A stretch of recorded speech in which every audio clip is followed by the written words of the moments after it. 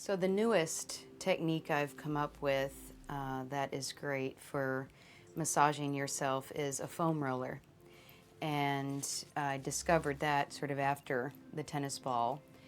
There's two different sizes. You have a large foam roller and then you have the smaller one. And what you'll do is similar with the tennis ball, is you'll get on your back, starting with the lower back.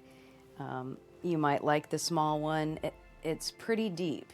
As you roll through, I've gotten several, spontaneous adjustments on my own, and you just breathe through. Now you're using your abs a little bit as you roll through. I also like to support my head and let my chest go back.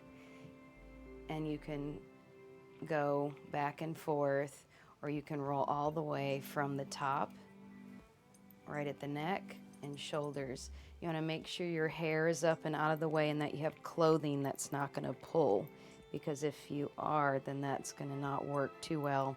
You don't want to do it on rugs either. So just find a good bit of clothing and a nice floor to do this on as you breathe.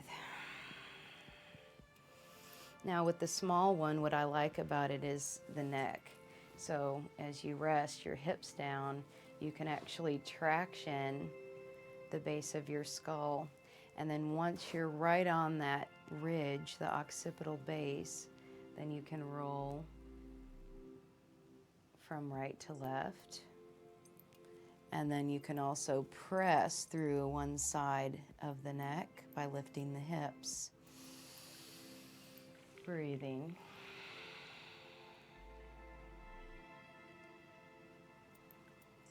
Okay, so trying the larger roll, same thing.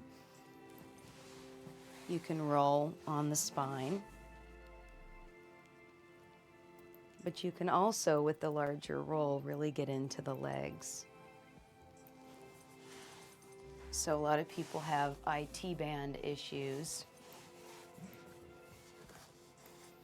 And you would basically start at the top of your hip.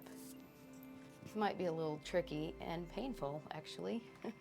So come through, following that band all the way to where it inserts at the knee. And as you're massaging, you just want to go back and forth. You can lift off of your hands to reduce the pressure. But you do the same thing with the hamstring muscle. And the same thing with the quad.